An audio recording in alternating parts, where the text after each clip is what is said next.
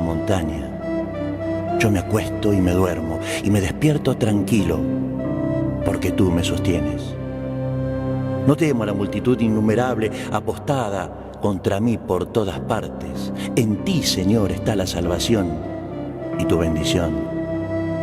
¿Quién no vacilará? El que procede rectamente y practica la justicia, el que dice la verdad de corazón y no calumnia con su lengua. ¿Quién no vacilará?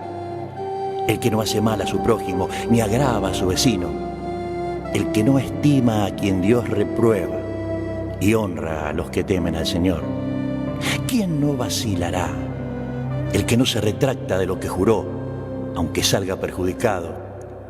El que no presta su dinero a usura ni acepta soborno. El que procede así nunca vacilará.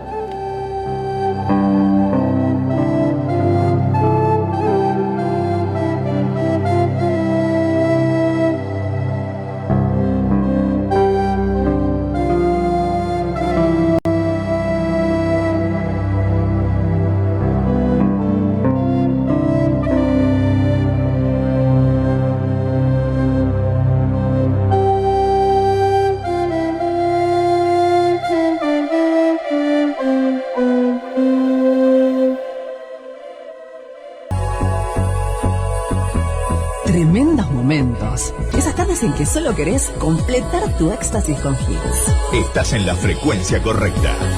Son tardes únicas. Ahora sentís que cada segundo de tu día vale oro. Somos el motor que te impulsa. Ya no te encuentras solo.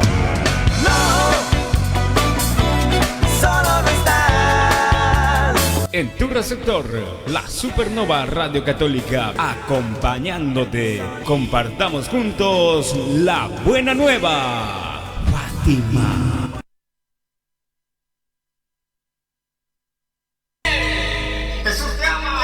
Auspiciados por Jesús y de la mano de Mamita María en la coordinación. Fátima. Antes que nada, ¿verdad? Y también la víspera de Nuestra Señora la Inmaculada Concepción. ¿Qué tal, Lupe? Hola Marce, ¿qué tal? ¿Cómo estás? Un saludo gigante a la audiencia que nos está sintonizando en otra edición más de A Viva Voz.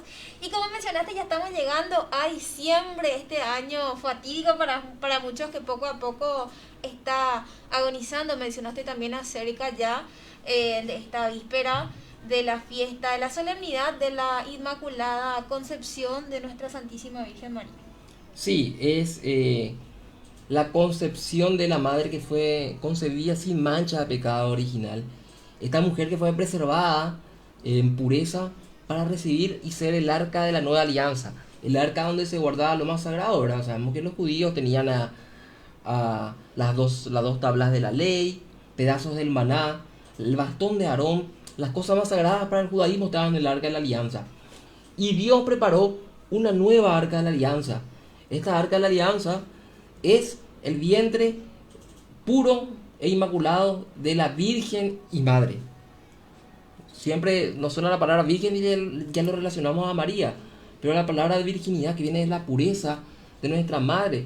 Y que nosotros acá en Paraguay tenemos una fiesta muy especial que nos caracteriza a todos los paraguayos, el ir a peregrinar, ¿verdad? Que es justamente la Virgen de Caacupé, Lupe. Asimismo, una fiesta que prácticamente nos hace conocer a nivel mundial también nuestra Virgen de Caacupé, que este año lastimosamente lo vamos a estar viviendo de una manera muy diferente, de una manera muy inusual. ¿Y quién se hubiera imaginado que en esta época nosotros íbamos a estar viviendo esta fiesta de esta manera? Una fiesta que reúne prácticamente a un país entero en la capital espiritual del Paraguay, que sería Caacupé. Sí, y también de que esta fiesta de Caacupé ha tenido ya unos cuantos años anteriormente suspensión de la peregrinación, o sea que los peregrinos no podían ir hasta ahí por situaciones de pandemia o inclusive una guerra civil interna que tuvimos. También hoy vamos a estar con Emilio Rapilleta, él va a hablar un poco de la historia del Paraguay también, ¿verdad? Y poder conocer un poco más de nuestra historia, ¿verdad? Porque quien no conoce su historia dice que está condenado a repetir, ¿verdad? Asimismo también tenemos una invitada de lujo para el día de hoy. Entonces, Marce, ¿qué te parece si nos vamos a una pequeña pausa y la esperamos a nuestra invitada o... Vamos entonces a una pausa y luego seguimos con más a viva voz. Hablar de Vizcachema es hablar de ir contracorriente, de una locura para estos tiempos. Vizcachema surgió por una idea de, bueno, el Espíritu Santo le ilumina a Monseñor Zacarías Martínez. En aquel momento era cura párroco de la parroquia Santuario Nuestra Señora del Rosario de la ciudad de Luque. En el Día del Divino Niño, que celebramos el primer domingo del mes de septiembre, así como en el Sagrado Corazón de Jesús se celebra, o se le hace un novenario en los primeros 9 viernes de cada mes, al Divino Niño se le hace los 9 primeros domingos de cada mes.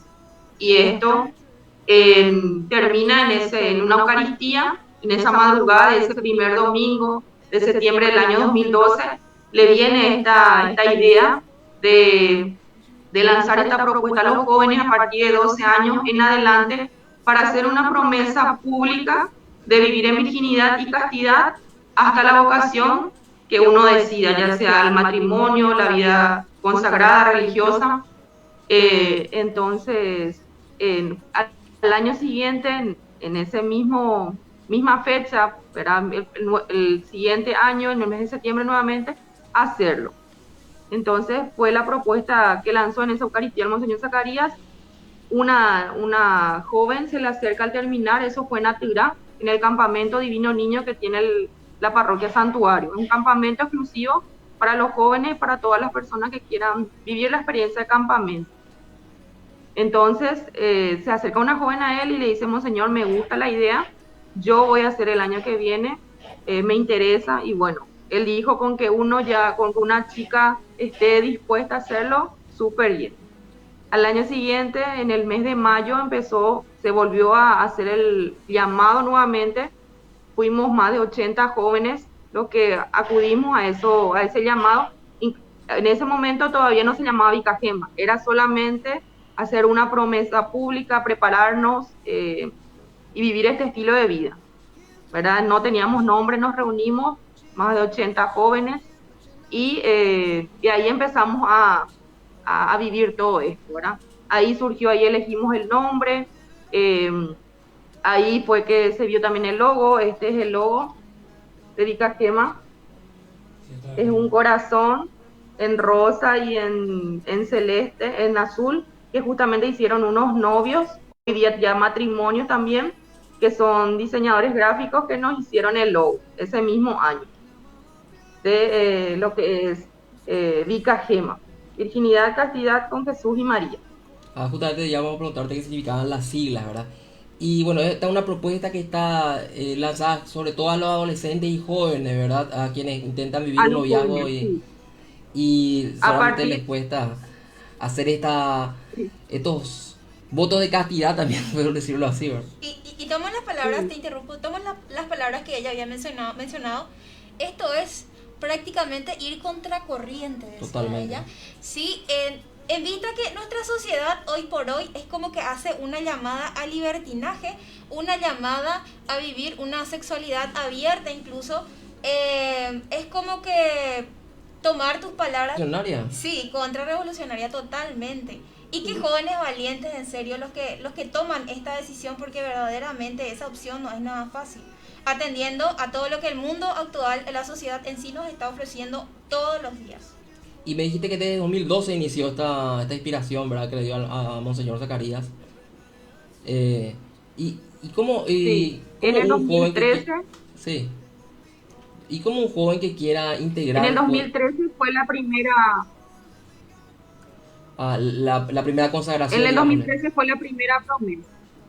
Ya, sí. Y el Divino Niño Jesús es como el actualmente ya hoy, es que en este diciembre ya hacen el 8º grupo. Por la pandemia no pudimos hacerlo en septiembre. En este diciembre hace ya el 8º grupo.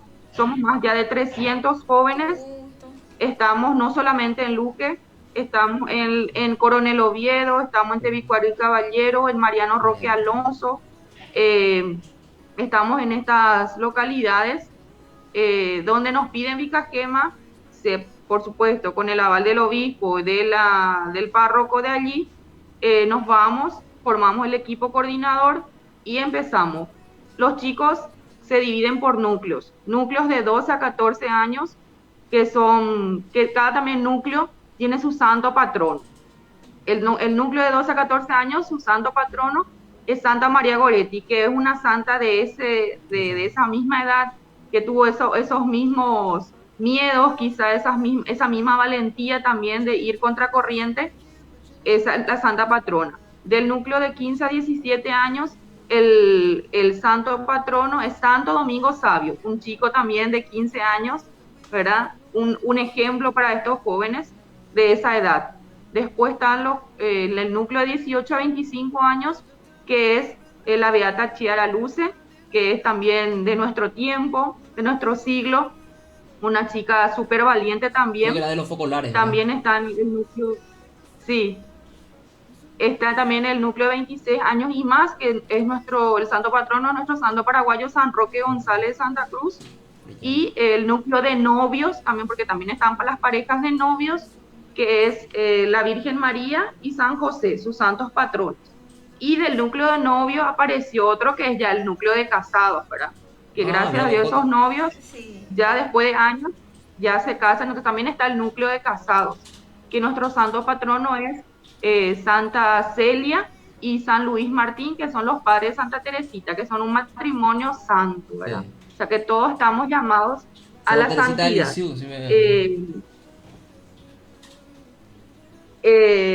Nuestro Vicagema es una asociación privada de laicos.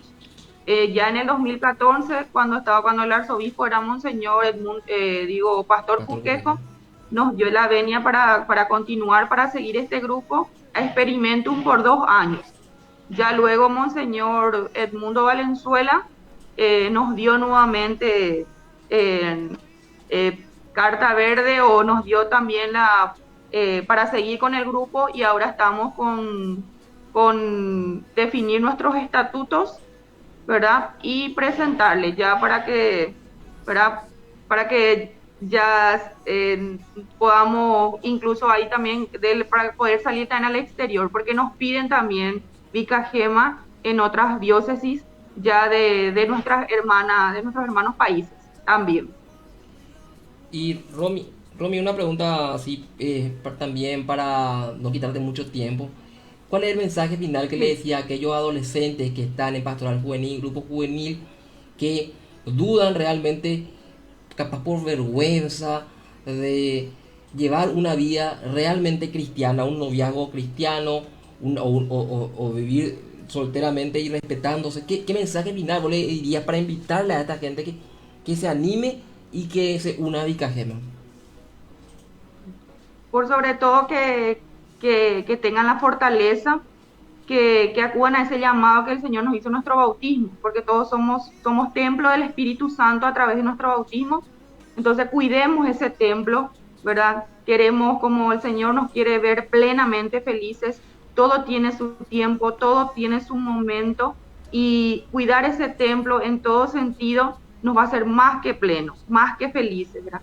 No tengan miedo. A Jesucristo recibió muchísimas también calumnias, muchas persecuciones, muchas blasfemias, ¿verdad? Y que nosotros, simples mortales, también por tener este estilo de vida, por supuesto que recibimos y vamos a recibir. Pero qué mejor persecución o qué mejor gloria recibir que a través de nuestro Señor Jesucristo, ¿verdad? No tengan miedo de seguir contracorriente, y lo que es imposible para los hombres es posible para Dios. Se puede, chicos. No tengan miedo. Por Cristo todo vale la pena, y más aún para seguir esa felicidad plena que solamente Cristo nos da. El mundo no nos da esa felicidad plena. Todo lo contrario. Nos quiere ver tristes, nos quiere ver infelices. Entonces eso es para todos los jóvenes que estén interesados, nos pueden seguir en la página de Vicagema Luque.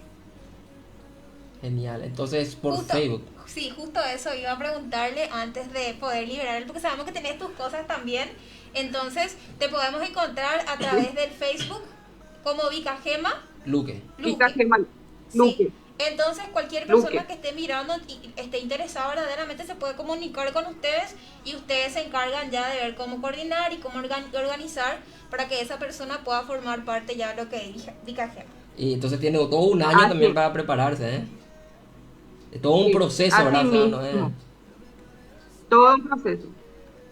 Bueno, Romy, Muchísimas realmente, gracias, David y Guada, por este guía a las órdenes, cuando quieran. realmente es fenomenal, me encantó los santos patronos, me encantó La organización, la organización. cómo se Y que- agrupan. y sobre todo no es El sentido entro que le dan también. claro, o sea, es un proceso de consagración al divino niño prácticamente, o sea, es algo realmente maravilloso. Entonces, gracias Romy, nos estaremos encontrando próximamente. Lupe, vamos a una pausa rápido y después continuamos con más adiós.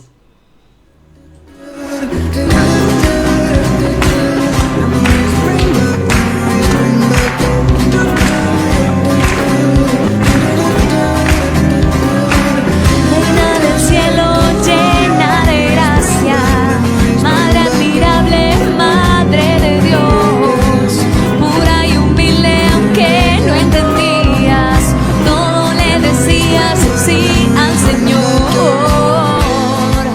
Yo también quiero ser como tú.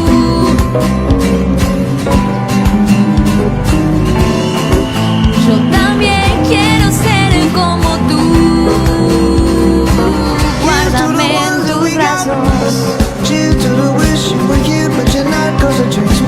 Reina del cielo, llena de gracia, madre admirable, madre de Dios, pura y humilde aunque no entendías, todo le decías sí al Señor. Yo también quiero ser como tú, pura y humilde aunque no entendías, todo le decías. Yo también quiero ser como tú. Yo también quiero guárdame en tus brazos. Me acerco a ti, me acerco a Dios. ¿Dónde estás tú? Está el Señor. Me acerco a ti, me acerco a Dios. ¿Dónde estás tú? Está el Señor. Me acerco a ti, me acerco a Dios. ¿Dónde estás tú? Está el Señor. Me acerco a ti, me acerco a Dios. ¿Dónde estás tú? Está el Señor. También quiero ser como tú.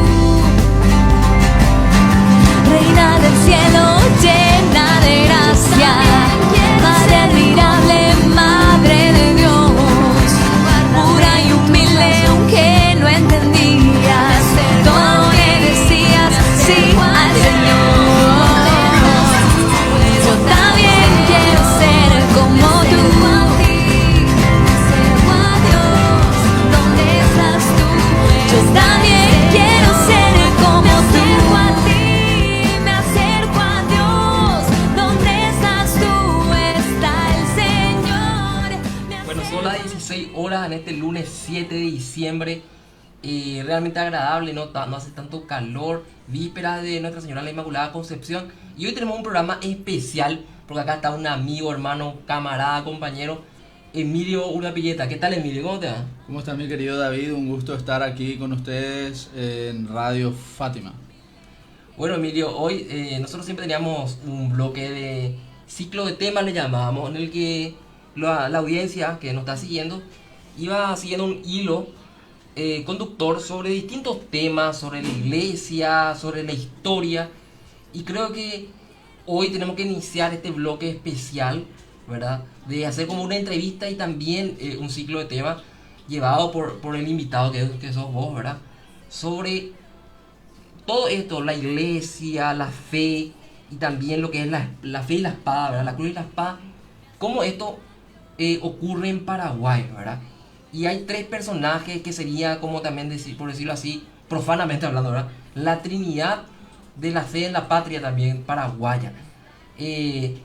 Pero antes de entrar en estos tres personajes, ¿verdad? En estos tres hombres ilustres, ¿cómo empieza esto de la nación hispano-guaraní, Emilio? Bueno, por supuesto, nuestra nación nace, valga la redundancia, con Nuestra Señora, la Virgen María, cuando los españoles llegan a América y clavan aquí la estaca a Nuestra Señora de la Asunción, ¿verdad? Por supuesto que esto tiene un proceso largo y tendido, y hay también ribetes y distintas maneras de explicarlo, pero al fin y al cabo podemos decir que la nación paraguaya nace con la llegada de los españoles que consagran o que bautizan al Paraguay y lo entregan en una Trinidad también, si se quiere, que es Nuestra Señora de la Encarnación, de la Asunción, Nuestra Señora de la Concepción posteriormente, y Nuestra Señora de la Encarnación, o sea, una Trinidad, Asunción, Concepción, Encarnación. Entonces es como que acá se armó una nación, un país que congregó lo mejor de la idea del Imperio Español en tiempos de los Reyes Católicos, que querían o que hicieron de su deber evangelizar al Nuevo Mundo y entregar el Nuevo Mundo a la Iglesia Católica, ¿verdad? Y en el buen sentido de la palabra. Entonces, Paraguay, con sus 3 ciudades principales históricas, es como ese portal en donde la Trinidad mostró todo su rostro. La Trinidad y la nueva idea de la hispanidad también.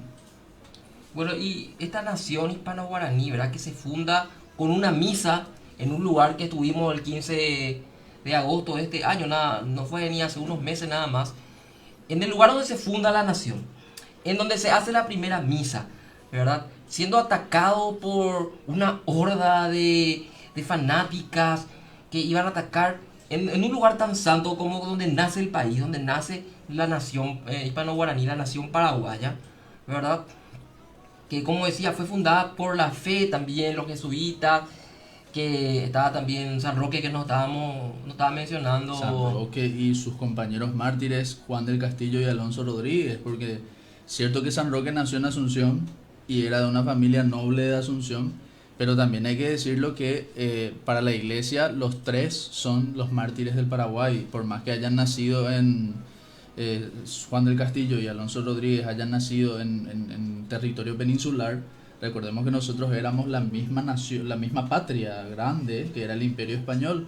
Entonces, cuando hablamos de San Roque González, el oriundo de Asunción del Paraguay, también tenemos que recordar que sus 2 compañeros, Juan del Castillo y Alonso Rodríguez, eran paraguayos tanto como eran españoles, porque éramos parte de ese Imperio Español, y de hecho que son los mártires del Paraguay. O sea, tenemos 3 santos mártires ahí. Paraguayos, por adopción o por nacimiento, pero paraguayos. Y después tenés a la Beata Chiquitunga, pero eso es otro tema ahora. Entonces, como vos decís, el centro de nuestra identidad nacional, que se remonta al Imperio Español, se remonta en el buen sentido de la palabra Imperio Español, la hispanidad propiamente dicha, y se remonta a la tradición guaraní que se une, que se pone en amalgama con esos conquistadores que llegaron, crea una nueva nación que fue el centro de la espiritualidad del Río de la Plata, porque acá estuvo el primer arzobispado, el primer obispado, el obispado de Asunción. Acá se hizo antes de Buenos Aires, ¿verdad? Mucho antes. Acá se hizo el primer sínodo que conoce el Sudamérica incluso, que fue el sínodo de Asunción en 1603, si mal no recuerdo, presidido por Martín Ignacio de Loyola, el primo hermano de San Ignacio de Loyola. O sea, nosotros, Paraguay tiene una impronta histórica demasiado fuerte, demasiado más grande de lo que nos quieren hacer ver o nos quieren hacer entender, porque precisamente el rol de los que buscan destruir todo lo que somos como identidad y como patria y como nación es justamente que olvidemos lo que somos, que olvidemos nuestro origen para no tener en claro cuál es el destino nuestro. Y quizás el destino nuestro como Paraguay es ser el orientador espiritual de toda esta zona del Río de la Plata, que en este momento está sufriendo, como dijo nuestro arzobispo en su homilía, inmisericordios ataques neocolonizadores de de gobiernos o de entes externos o internacionales que buscan destruir nuestras tradiciones, nuestro modelo de vida, y quizás nos toca a nosotros de nuevo como la primera diócesis, la primera sede, la primera cabeza de esta zona y sin duda alguna el líder espiritual del Río de la Plata. Nos toca a nosotros reorientar los caminos perdidos. Es más, ¿verdad? Yo recuerdo que la ciudad de Buenos Aires se funda, luego se vuelve a fundar desde Asunción, ¿verdad? Y también que Asunción era la capital de la gobernación del Paraguay y Río de la Plata, ¿verdad? Muchas veces parece que vemos a los porteños y a la ciudad de Buenos Aires como superior a Asunción, ¿verdad? Pero creo que Asunción está antes, ¿verdad? Por supuesto, lo que pasa es que esa primera fundación de la que se habla pertenece más a la mitología que a la realidad. No sabemos a ciencia cierta dónde lo que llegó Pedro de Mendoza, dónde lo que se fue. Ubicado donde hoy está Buenos Aires. Claro, no se sabe bien dónde lo que él llegó, porque se dice que llegó ahí en Buenos Aires, pero no hay una prueba.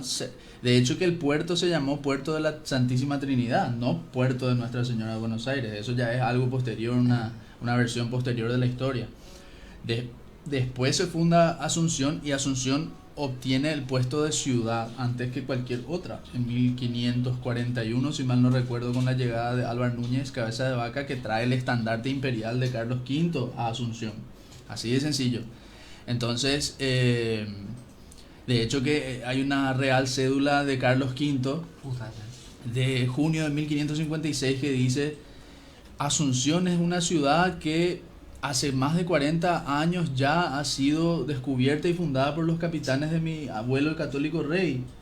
Entonces, es como que hay un misterio el misterio sería de saber cuál es la verdad, si se fundó, porque si hubo dos fundaciones de Buenos Aires, nosotros podríamos decir que quizás también haya existido dos fundaciones de Asunción, una anterior a 1537. Entonces, es como que el sistema hace o busca achicar a la figura de Paraguay, aminorar la figura de Nuestra Señora de la Asunción y poner a Nuestra Señora de la Asunción como sucedánea de Buenos Aires, siendo que siempre fue lo opuesto. Siempre fue Asunción la primera diócesis, siempre fue Asunción la madre de ciudades, siempre fue Asunción donde se hizo el primer sínodo, siempre fue Asunción donde estuvo el primer colegio jesuítico. Donde se fundó ciudades como Santa Cruz, inclusive luego. Y Emilio, a ver, esta cuestión de que hablabas también de la Real Cédula, muchos parece que tienen un concepto errado de lo que es un imperio como el español, y confunden con imperialismo, o capaz hay una gran diferencia por lo visto entre las verdaderas colonias o lo que realmente eran los reinos de India, ¿verdad? ¿Qué diferencia hay, por ejemplo, entre cómo fue el primer sistema imperial con los Austria, y qué diferencia hubo después con los Borbones? Importantísimo. Yo sé que ese es un punto clave porque eso explica mucho los antecedentes de las independencias que posteriormente se dieron y que podríamos discutir mucho tiempo si fueron o no fueron lo que tuvieron que haber sido. Es un tema que también se puede debatir sin que venga a medrar en nuestra identidad como paraguayos y como la nación hispano-guaraní, ¿verdad? El tema es que cuando se inicia el proceso no voy a utilizar la palabra colonización de manera suelta, ¿sí? sin definir bien el término, pero digámoslo para que entienda la audiencia, porque esa es la palabra con la que se le adoctrinó, digamos, a la audiencia. Cuando se inicia el proceso de colonización, los que empezaron ese proceso son ni más ni menos que Isabel de Castilla y Fernando de Aragón, los dos más grandes monarcas de todos los tiempos probablemente, o por lo menos de la era moderna, los dos más grandes monarcas.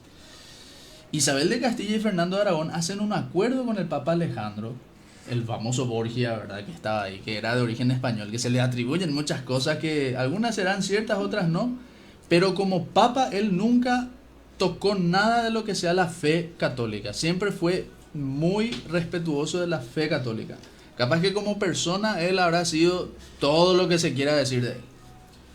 Y como él entendió al conocer a Isabel y Fernando, que ellos tenían buenas intenciones de reformar la Iglesia de España, que tenía muchos problemas, había muchos problemas en la Iglesia de España. Entonces Alejandro le otorga ciertas facultades a los reyes católicos. Y los reyes católicos le prometen a él que van a entregar toda América a Cristo. Toda América a Cristo. Y ese proceso de entregar toda América a Cristo implica convertir a todos los indígenas y tratar a los indígenas como si fueran iguales. Súbditos también. Súbditos iguales a todo indígena bautizado como un igual. Todo indígena bautizado como un igual. Desde luego que las costumbres de la época hacían que se tuviera que mantener lo de la encomienda, ¿verdad? Los señores, porque recordemos que España, dentro de todo, salía del periodo medieval, mal llamado medieval, salía del periodo medieval, entonces es como que existía todavía la relación del señor y el vasallo. Entonces la encomienda era como eso, la relación del señor y el vasallo, en donde el noble llegaba y le daba tierras, le daba cuidados, le daba alimentación al indígena. A cambio el indígena tenía que trabajar para ese noble. Entonces es como una relación de señor-vasallo que se tenía que hacer dentro de ciertos parámetros cristianos. Es decir, no le podías torturar, maltratar, no podías expropiarle, no podías quitarle sus cosas. Tenía su horario, tenía todo su horario, su manera de hacerse. Los reyes católicos regularon eso y después todas esas costumbres se van a codificar en lo que llamamos las leyes de Burgos o posteriormente leyes de Indias. Y las leyes de Indias hacían que todos los indígenas que estaban ahí tenían que ser protegidos. Si bien es cierto que los Habsburgo introdujeron cambios dentro de la Casa de Austria, introdujo cambios dentro del sistema de los reyes católicos, sobre todo después de las guerras de los comuneros, la guerra de las comunidades, ellos mantuvieron las tradiciones y las costumbres de los reyes católicos en América, al punto tal que acá había una gran libertad política, económica, de los, entiéndase libertad en el buen sentido de la palabra, porque eso se origina de la escuela de Salamanca, que es de España. ¿De qué estamos hablando, de verdad?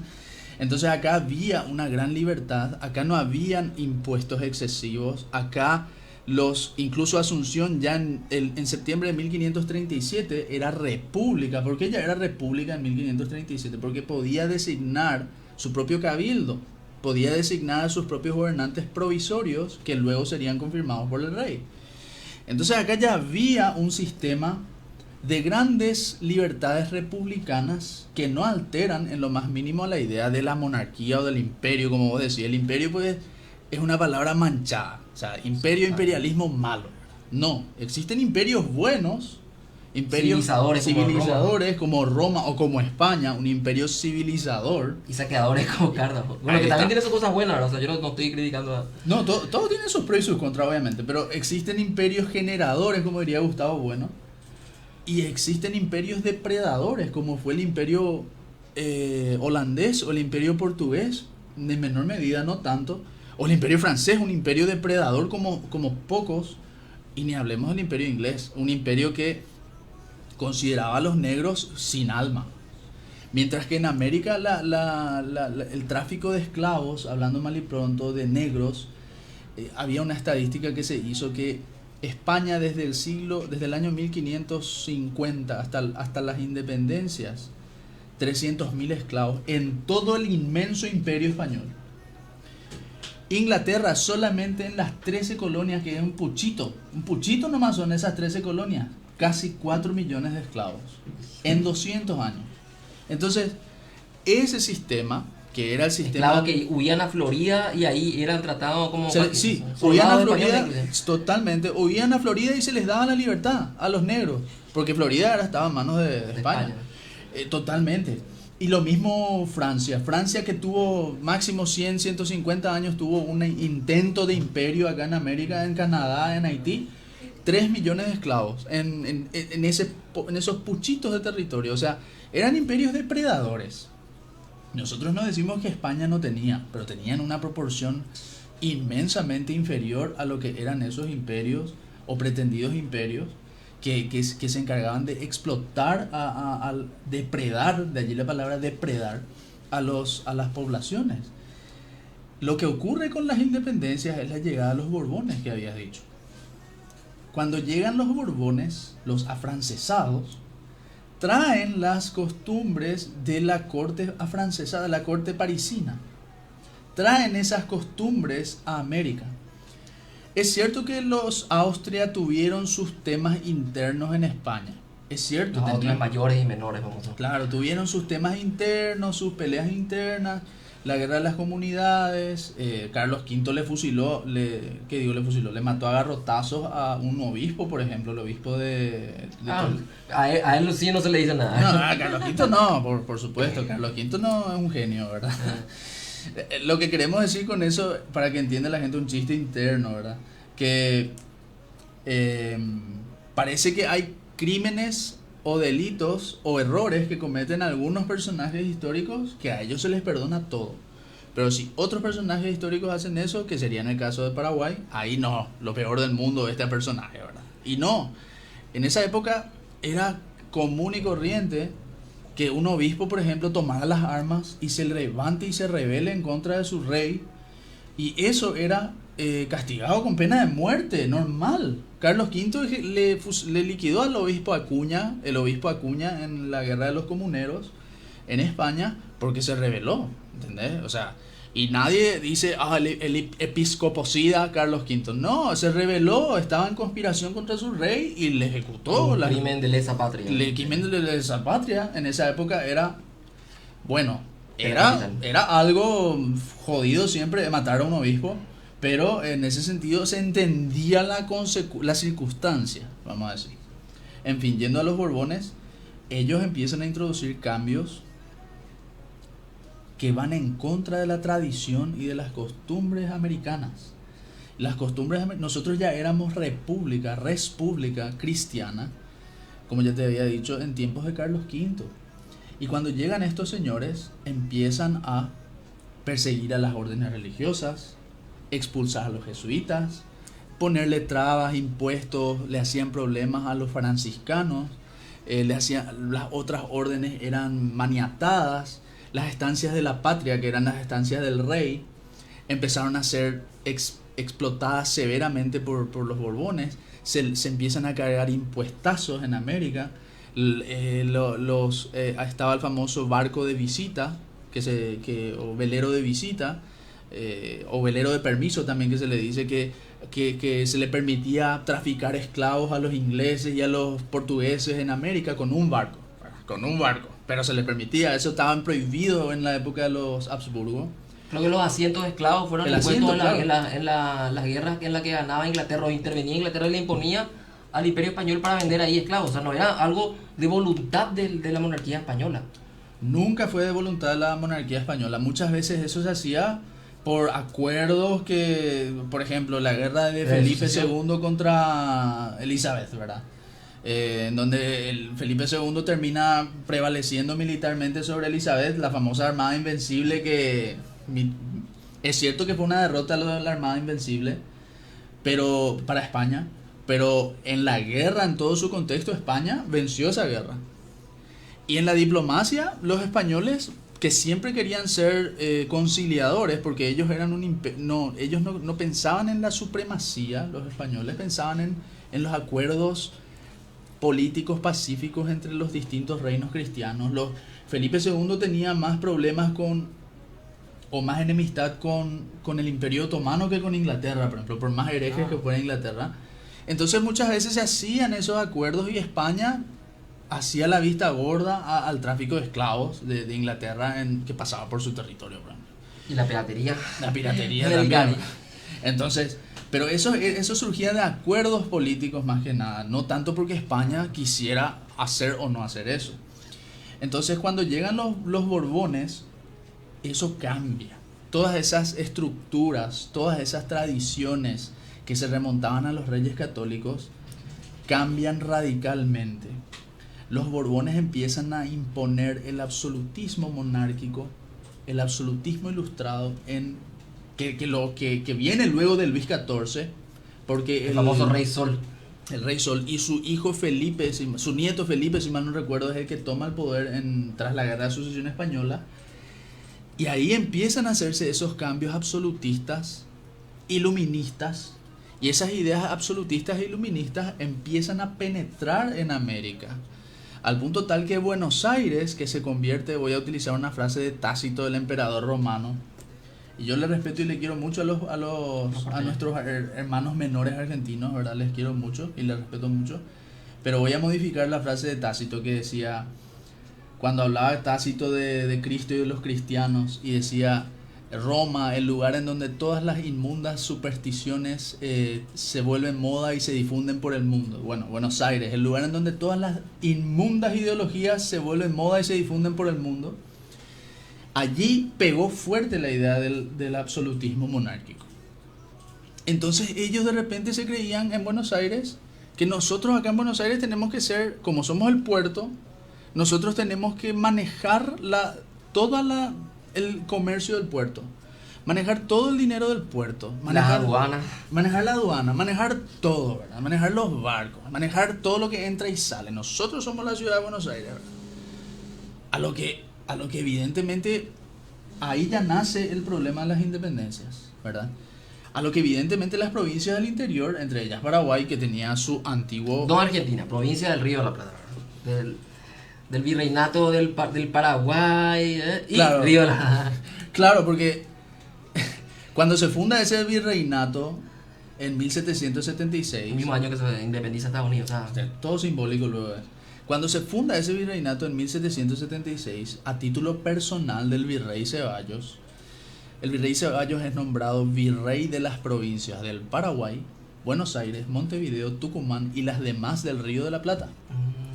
Entonces, ¿qué hacen los porteños? Los porteños se olvidan de Paraguay, Buenos Aires, Montevideo, y entonces le llaman virreinato del Río de la Plata nomás, ya con sede en Buenos Aires. Y no, la sede en Buenos Aires era una cuestión de comodidad nomás, no tenía una capitalidad central. De hecho que Liniers tuvo su capital en Córdoba. De hecho que Pedro Melo de Portugal, cuando fue nombrado virrey, Pedro Melo de Portugal era de Asunción. Él estaba como gobernador de Asunción. Y por unos días la capital era Asunción. Por unos días. Eso, por ejemplo, ellos ni mencionan. Que Pedro Melo de Portugal, nombrado virrey del Río de la Plata, cuando fue nombrado él estaba en Asunción. Por unos días Asunción fue la capital del virreinato. A que le mataron los masones y que hablaba maravillas de los soldados paraguayos que defendieron Buenos Aires. Los paraguayos fueron a defender Buenos Aires de los ingleses. Por supuesto, Liniers, que fue electo siguiéndose las tradiciones de los Habsburgo. Él fue electo virrey. Por el cabildo. Legitimidad de oficio tenía. Tenía legitimidad de oficio y fue aceptado, su elección fue aceptada. Los porteños le echan prácticamente a Liniers de ahí. Los porteños le echan a él, le echan a Cisneros, arman su propia junta de gobierno, y todo el tema de la independencia que da para hablar de muchísimos otros, largo y tendido. Sí. Yo quiero señalar algunos puntos que me parecen interesantes para ir después al siguiente punto. Por ejemplo, el tema, vos hablabas de que con los Borbones viene la idea del despotismo ilustrado, todas estas ideas de la ilustración que rompen con la tradición cristiana de orden natural, ¿verdad? Del rey que tiene que guiarse por las leyes naturales y sobrenaturales, y toda esta cuestión del absolutismo, que no, yo soy el rey, yo soy Francia, yo soy el soberano, ¿verdad? Y habías mencionado sobre la Real Cédula, entonces de que el monarca, o sea, primero el tema de la mal llamado medieval, el tema del feudalismo, era una asociación de hombres libres, capaz paternalista, pero era una asociación de hombres libres, en el que yo, con la autoridad legítima del soberano, hago un contrato prácticamente, y si yo me quiero ir, me voy, pago algo y me voy y me mudo de feudo. Esto no pasa con el Estado, ¿verdad? El Estado que inventan los liberales, ¿verdad? Es mil veces peor. Estaban los famosos fueros que hablan mucho de los carlistas, ¿verdad? De que cada comunidad, cada región tenía sus propias leyes, sus propios jueces, y había cierta autonomía. No era ese Estado centralista y ese poder absoluto que mata las diversidades locales, las leyes propias, e impone un sistema administrativo burocrático como el borbónico, ¿verdad? Y parecido al británico, ¿verdad? En eso tienen razón los carlistas, ¿verdad? Nosotros, de hecho, que muchas cosas vamos a compartir con ellos, ¿verdad? independientemente de que ellos se originan del árbol que nace torcido o que crece torcido y jamás su tronco endereza. Y yo entendería Paraguay un poco más también, porque Villarrica estaba donde hoy está el estado de Paraná, pasando la ciudad de Cascabel, o sea... El Guairá, la provincia del Guairá. La provincia del Guairá, que era una provincia del Paraguay. Del Paraguay, ¿verdad? Pero estaba la gobernación de Asunción, Paraguay, estaba la jesuítica, estaba Guairá, que era prácticamente tocaba el océano, creo que tocaba el océano Atlántico, ¿verdad? Y ellos se tuvieron que mudar por culpa de estos bandeirantes que, ¿verdad? Tanto se le baja la caña a España, pero los portugueses, los bandeirantes, creo que había también conversos, ¿verdad? Conversos, los famosos conversos, que eran los principales esclavistas indígenas, ¿verdad? Que venían y la agarraban a los indígenas, le llevaban a los cafetales o a los yerbatales, ¿verdad? Por supuesto, se calcula, por lo menos en el siglo XVII, se calculan entre 100.000 a 300.000 indígenas vendidos como esclavos, y todos eran sacados, o la gran mayoría eran sacados del Paraguay, de la zona donde estaban los jesuitas, justamente, las misiones jesuitas. Los bandeirantes les hacían las sacas, como se dice, y le llevaban a los indígenas y les vendían de esclavos, ¿verdad? Por eso es que llegó a haber una guerra allí, por la guerra guaranítica, por el Tratado de Madrid, el Tratado de Permuta. ¿Quién firma el Tratado de Permuta? Ya otra vez, los Borbones, ¿verdad? Bueno, y ahí los guaraníes se oponen. Nosotros nos alineamos con los jesuitas y queremos estar ahí con los jesuitas, y en el Paraguay donde somos libres, ¿verdad? Y donde trabajamos bajo tutela de los jesuitas, pero libres. Entonces se armó la guerra y lastimosamente fueron derrotados ellos, y se quedó la permuta, o sea, prevaleció la opinión española y portuguesa de que tenía que repartirse esa cuestión ahí, el Tratado de Permuta. O sea, tantas cosas que podemos decir los Borbones, ¿verdad? Que hicieron en contra de toda la tradición Trastámara Habsburgo en América. Pues los Trastámara eran la casa de los reyes católicos, ¿verdad? De Isabel la Católica especialmente. Y los Habsburgos son los Austria.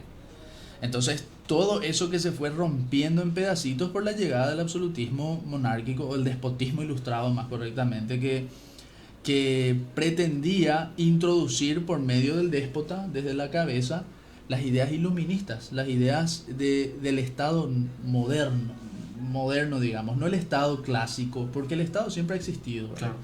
El Estado es cierto que no es anterior a la familia ni anterior a la nación.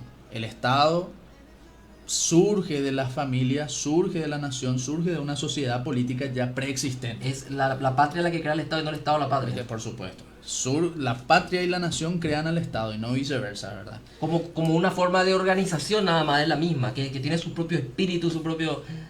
Y Emilio, a ver, 1810 se reúne, creo que en el Cabildo, el Congreso, algo así, ¿verdad?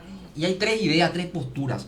Una que quiere seguir manteniendo esta monarquía, este sistema monárquico ilustrado, ¿verdad? Los famosos, como se dice, que estaban a favor aún de Fernando VII, ya no estaba más Fernando VII, que ya estaba Pepe Botella, ¿verdad? El hermano de Napoleón, José Bonaparte. Otros que querían ahí unirse con los contrabandistas de Buenos Aires, los famosos porteñistas. Y un personaje acá aparece que prácticamente se toma ahí como el protagonista de la historia a partir de ahí.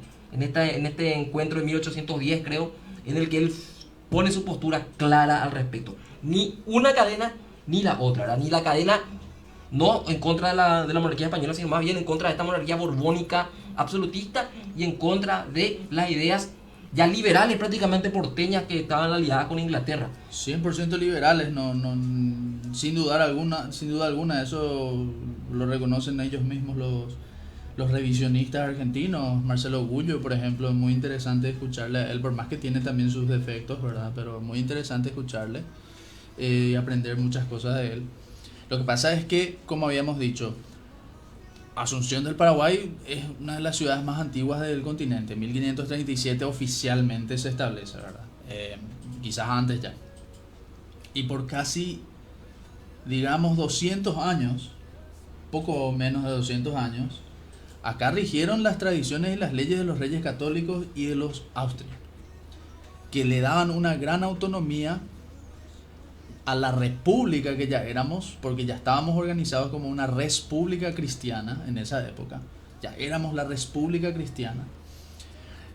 Todo eso con la llegada de los Borbones se altera completamente. De hecho, que la revolución comunera, ¿qué es lo que es? La revolución comunera del Paraguay de 1717, ¿qué es lo que es? 1716, ¿qué es lo que es? Es una revolución en contra de los cambios que los Borbones empiezan a meter acá en América. Y fuimos los primeros. Estaban diciendo Dios, patria, fueros, reino, ¿verdad? Sí, nosotros estábamos diciendo Dios, patria, rey, fueros. Prácticamente acá se dijo eso. Y los Borbones dijeron no. Absolutismo, unitarismo. Yo soy el Estado. El Estado soy yo, claro. El Estado soy yo. El Estado es Buenos Aires y el virreinato. El virreinato es el Estado. ¿Y qué puedes decirnos de este personaje que toma acá protagonismo? Este señor doctor en ambos derechos, ¿verdad? Era también doctor de teología, que estudió en Córdoba, una de las 23 universidades esparcidas por toda América, que había, creo que una o dos recién 100 años después, en esas cabañas que había acá había arte. Las universidades que se pusieron en Estados Unidos, Harvard y Yale, creo que son las dos primeras, eran para los aristócratas. Acá la universidad, las 23 universidades reconocidas, porque habían también otros colegios reales que no tenían ese estatus. Claro, porque para que sea universidad tenía que tener un permiso pontificio y cosas así, ¿verdad? Entonces el colegio real era más secular y la universidad era más pontificia. Acá había arte barroca, ya había cabañas de madera, ¿verdad? Por supuesto. O sea, Estados Unidos no era lo que hoy es, ¿verdad? Pero José Gaspar Rodríguez de Francia, el padre de la patria, podríamos decir, o famosos dicen que era otro de los próceres, el padre de la patria, no sé si Fernando de la Mora, Pedro Juan Gallao. ¿Qué puede decirnos de José Gaspar? Francia es un contrarrevolucionario que viene a revertir todo el liberalismo y todo el iluminismo que se estaba queriendo implantar en la España, en la América borbónica. O sea, de jacobino no tenía nada, ¿eh? No, de jacobino no tenía nada. Esas son leyendas de Adriano Irala Burgos y compañía, de Justo Pastor Benítez y estos otros personajes que querían caerle bien a Buenos Aires en la posguerra de la Triple Alianza. Y como Buenos Aires estaba manejada por los porteños liberales, entonces ellos quisieron crear una historia mitológica en donde le presentan al Dr. Francia como un émulo de Robespierre y de Rousseau, ¿verdad? Y acá ni Robespierre ni Rousseau. Y acá se mantuvieron las leyes de Indias, también el patronato regio. O sea, ¿quién se le puede criticar como jacobino? Leyes de Indias, patronato regio, las leyes de Alfonso el Sabio, el Código de Comercio Español, todo el catecismo de San Alberto, que el doctor Francia fue discípulo del obispo San Alberto. Él fue discípulo del obispo San Alberto. El doctor Francia estudió en la cátedra filosofía y teología, y su maestro fue el obispo San Alberto, el obispo que escribió ese famoso catecismo por órdenes de la corona española, ¿verdad? Entonces, nosotros estamos hablando de una revolución y una contrarrevolución a la vez.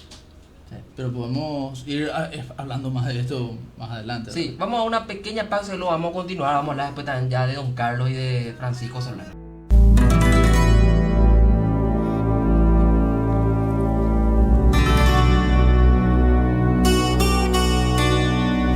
Desde Asunción, Paraguay, transmite Radio Virgen de Fátima Online.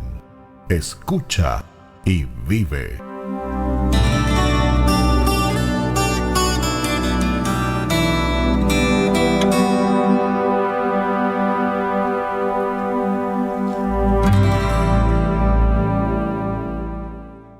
Esas repúblicas riograndenses que estaban ahí.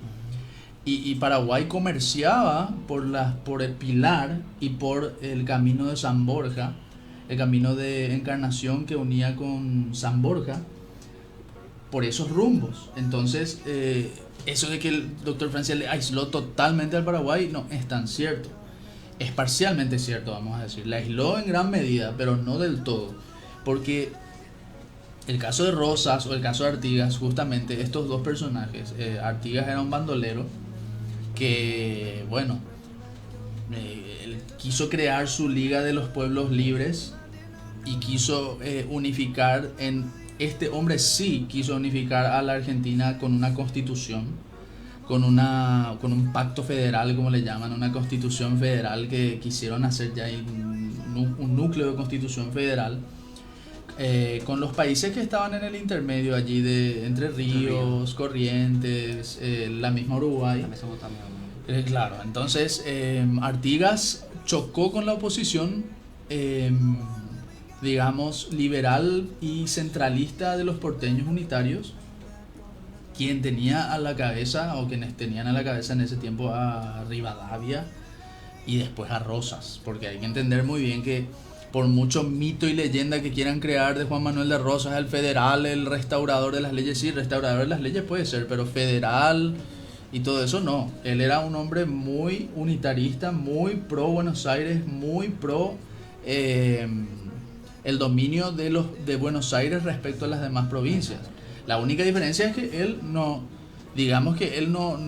utilizó la fuerza.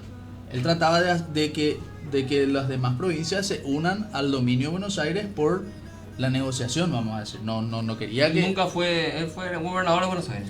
El gobernador de Buenos Aires, él era unitario y centralista, pero él no quería nomás por la fuerza. Él trataba de llegar a acuerdos diplomáticos, a una unión diplomática. Capaz no era tan empleadito en Inglaterra como de Rivadavia. Claro, no era tan empleadito. Pero bueno, él se fue a Inglaterra.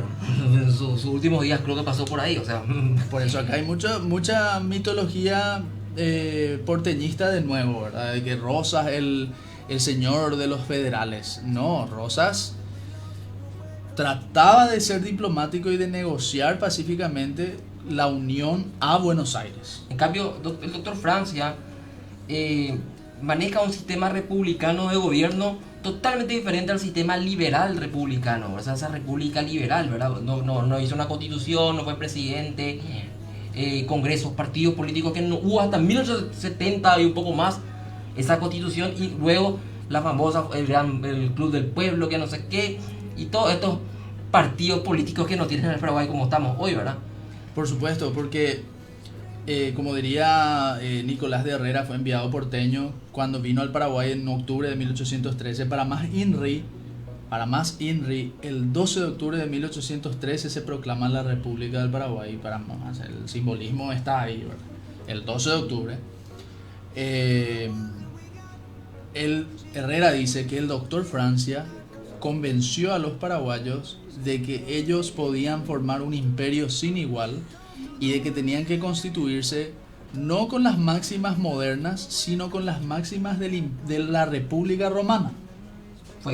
Hubo consulado, hubo dictadura, son los sistemas de... Dictadura es una palabra hoy quemada, pero significa otra cosa. Entiéndase, bueno, algunos me van a decir, bueno, Napoleón también fue cónsul, me van a decir. Napoleón también fue cónsul, claro, pero Napoleón no gobernó con las máximas de la República Romana. Con liberté, fraternité, egalité. Por supuesto, el título es una cosa, pero lo que vos haces en tu práctica, en la realidad, la estructura del... Por supuesto, nosotros acá vamos a aplicar catolicismo puro y duro, ¿verdad? Fe y obras, en este caso sería, el discurso es una cosa y el hecho es otra cosa, ¿verdad? Entonces, Napoleón puede decir en su discurso, pero era un consulado, pero era un imperio. Claro, era un consulado y después fue un imperio, pero ¿qué tipo de leyes, qué tipo de manejo tenían? La Constitución francesa, el Código Napoleónico, el Código Civil Napoleónico. En cambio el doctor Francia, sí, cónsul y luego dictador, que se basó el título. Hizo aplicar al último emperador del Sacro Imperio Romano Germánico. Sí, le secuestró a 2 papas, nada más y nada menos. Uno de ellos murió en secuestro, ¿verdad? Entonces, él fue el que terminó con el Sacro Imperio. Napoleón fue el que terminó con el Sacro Imperio realmente. Después tiene que restaurarse por medio del Imperio Austrohúngaro, se restaura más o menos, ¿verdad? Y el doctor Francia alfabetiza a gran parte de la población, prácticamente la totalidad, y también establece las famosas estancias de la patria. O sea, el paraguayo, por lo menos, con el doctor Francia, tenía ya que comer y sabía leer también, cosa que no pasaba en Argentina, no pasaba en todas estas republiquetas bananeras que teníamos alrededor, ¿verdad? Y tenemos un personaje siguiente, ¿verdad? El doctor Francia, por ejemplo, ahí entrando nomás, era una república de tipo romano, era una república preservando la identidad hispánica y cristiana de la República del Paraguay, de la República del Paraguay, porque acá seguía existiendo el patronato regio. Acá, al contrario a lo que algunos quieren meter un famoso papo fule, nunca hubo una iglesia estatal. Mentira. Es la constitución del clero y todo. Nunca hubo tal cosa. La constitución del clero, por ejemplo, es algo que viene del galicanismo ya con Luis XIV, dicho sea de paso. Entonces, el doctor Francia lo que hace fue, bueno, nosotros tenemos patronato regio acá, y mientras no se solucione bien el tema de la independencia y todas las cuestiones que están pasando, yo voy a ser el administrador de los bienes de la iglesia. Pero el obispo Panés siguió gobernando su iglesia hasta su muerte, que fue en septiembre de 1838, y Francia murió poco tiempo después. Y luego viene este señor, ¿verdad? Don Carlos, ¿verdad? Es el diplomático, el de la pluma. Yo no creo que diría lo mismo Inglaterra y Estados Unidos, que quisieron venir a pasearse por acá, ¿eh? Y claro, porque Don Carlos, siguiendo la política de su antecesor y de su tío lejano, porque era su tío lejano, lo primero que hace Don Carlos es nombrar al segundo obispo, que fue el primer obispo nacido en Paraguay de la época independiente, Basilio López, su hermano. Lo primero que hace Roma, al toque Roma acepta. O sea, Paraguay nunca estuvo en cisma con Roma. Mentira, una falsedad es esa.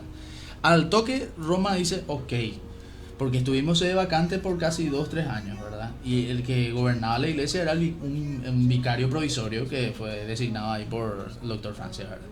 Entonces, al toque, como Francia murió prácticamente un año después, ya era viejo, ya no tenía contacto o comunicaciones con Roma, le tocó a Don Carlos, y Don Carlos al toque consigue eso y no pasa nada. O sea, es un mito eso de la Iglesia Nacional. Era una iglesia que se regía por el patronato regio, por el regalismo español modificado por el absolutismo borbónico. Y que Don Carlos era un pacifista, que no, la pluma, esos son mitos. Viene a Inglaterra y lo primero que hace Don Carlos es declararle la guerra a Rosas. Lo primero que hace prácticamente después de la famosa batalla de Caseros. No, un poco antes de eso, ¿verdad? En 1845, su hijo, que tenía 18 años, Francisco Solano López, es enviado a Corrientes porque ahí se da un levantamiento contra Rosas, y Rosas se rehusaba a reconocer la independencia del Paraguay. Entonces se le declara la guerra a Rosas, y una guerra que dura 7 años. El periódico Paraguay Independiente se creó única y exclusivamente para hacer la campaña propagandística de guerra contra Rosas. Cuando termina la guerra contra Rosas, Rosas es derrocado. La última edición del Paraguayo Independiente dice textualmente: nuestro rol ha terminado, el tirano fue derrocado. Y bueno, ahí se funda el otro periódico, que es El Semanario, con una línea ya distinta, una línea editorial distinta, vamos a decir. O sea, no era para rogar la independencia argentina ni nada, sino no, era más bien para hacer famosa prensa política, ¿verdad? Y por supuesto, porque así como se le hizo la guerra a Rosas, así como hubo batallas, no es que fue una guerra diplomática del papel nomás, hubo batallas. También Gran Bretaña, también Estados Unidos, también Brasil, varias veces intentaron salirse con las suyas acá. Y el Don Carlos en ningún momento estuvo dispuesto a ceder, y si cedió en alguna situación tuvo que ceder, por ejemplo con Brasil tuvo que ceder en alguna que otra cosita, fue porque porque lo forzaban las circunstancias más que nada. Y eso se puede detallar muchísimo más adelante, ¿verdad? Hasta Estados Unidos, ¿verdad? Que envía su primera flota en tiempos de paz. La mayor flota que mandó fue, creo que, contra Paraguay, ¿verdad? Y hasta se le frena, ¿verdad? Porque creo que ahí antes viene Urquiza, no sé quién ahí, Urquiza, en Corrientes, le dice: mira que allá te están esperando uno. Sí, mira que eso no va a ser un paseo, mi amigo, le dijeron. Ahí está la fortaleza de Humaitá, que justamente... Y ahí, vamos a ser diplomáticos, Don Carlos, ¿verdad? Se hizo una diplomacia, pero Don Carlos Estados Unidos fue el que más o menos parece que ahí se echó a andar atrás y... Entre los dos, ¿verdad? Estados Unidos y Paraguay, los dos, porque ni uno quería la guerra. Claro, o sea, Don Carlos no era ni belicoso, pero tampoco no era un pacifista. Claro, eso, o sea, él si había que tomar las armas, él tomaba las armas, pero tampoco era tipo como la gente presenta, no. Un John Lennon con paz y amor. No, por supuesto que no, totalmente. Bueno, Emilio, realmente la historia del Paraguay va a estar riquísima, impresionante. Es mucho lo que conocemos los paraguayos. Creo que también la historia oficial de los vencedores de la Triple Alianza, sobre todo, han llenado muchas mentiras de nuestra gloriosa historia. Y siempre me acuerdo de este libro que siempre yo tengo que leer, de este señor argentino, don Atilio García Melit. Atilio García Melit, ¿verdad? Que habla justamente Los falsificadores. de los falsificadores de la historia del Paraguay, ¿verdad? Y no solo del Paraguay, de toda América, pero con Paraguay se ensañaron muy bien porque ellos saben lo que es la impronta y lo que es vamos a decir, el valor espiritual que tiene el Paraguay. Y la guerra de la Triple Alianza, que justamente ayer fue la batalla de Toronó, un aniversario más. La guerra de la Triple Alianza fue una guerra cósmica, fue una guerra de dos espíritus mundiales que chocaban en ese momento.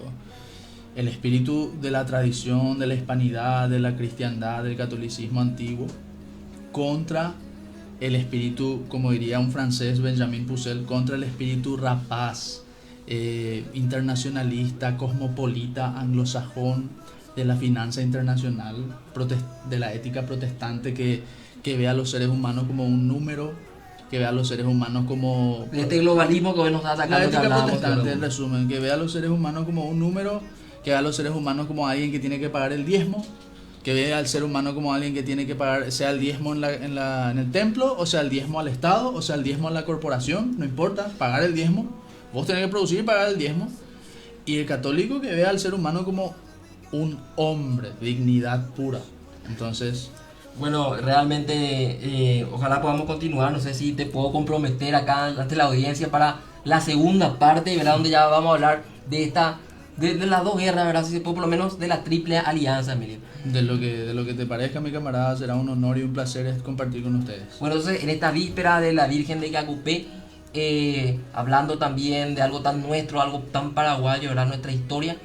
Entonces nos encontraremos el próximo lunes. Esto ha sido todo por hoy. Entonces nos vemos.